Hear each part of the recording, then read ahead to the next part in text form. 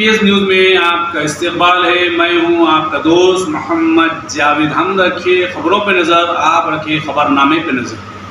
السلام علیکم ناظرین، NPS نیوز میں آپ سبھی کا خیر مقدم ہے۔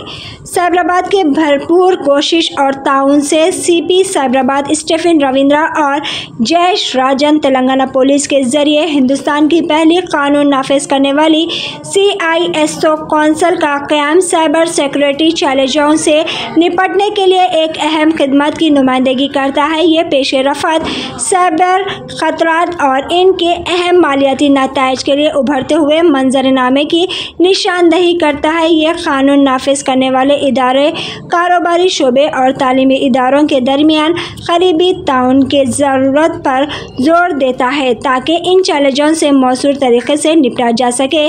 اس CISO کونسل کی تشکیل میں تلنگانہ کی قیادت سائبر فراڈ سے ضائع ہونے والے فنڈز کی وصولی میں سائبر آباد پولیس کے قابل ذکر کارناموں کے ساتھ ساتھ معیاری طریقہ کار کی اہمیت اور سائبر کرائم کا کامیابی سے مقابلہ کرنے کے لیے مہارت کی اشتراک کو اجاگر کرتا ہے۔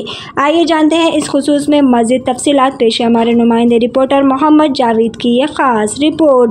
اسی طرح کی مزید خبروں سے جڑے رہنے کے لیے چینل کو YouTube پر سبسکرائب کریں، Facebook، Instagram پر فالو کرنا نہ بھولیں۔